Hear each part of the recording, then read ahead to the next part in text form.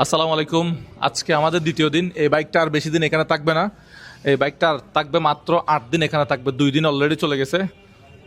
আজকে দুপুরে হচ্ছে আমাদের 24 ঘন্টা পূরণ হয়ে গেছে। আজকে রাতে চলে গেলে, কালকে দুপুর চলে গেলে 2টা দিন চলে যাবে। অর্থাৎ আর মাত্র 8 দিন এই বাইকটা এখানে থাকবে।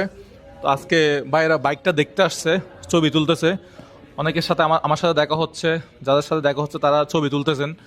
আহ, আমি এই সবাইকে অন্তঃস্থল থেকে ধন্যবাদ জানাই, কৃতজ্ঞতা জানাই, যাদের বন্ধু বান্ধব আত্মীয় স্বজনকে বলতেছেন যে সাবস্ক্রাইব করার জন্য, তাড়াতাড়ি এটা ফিল আপ করার জন্য।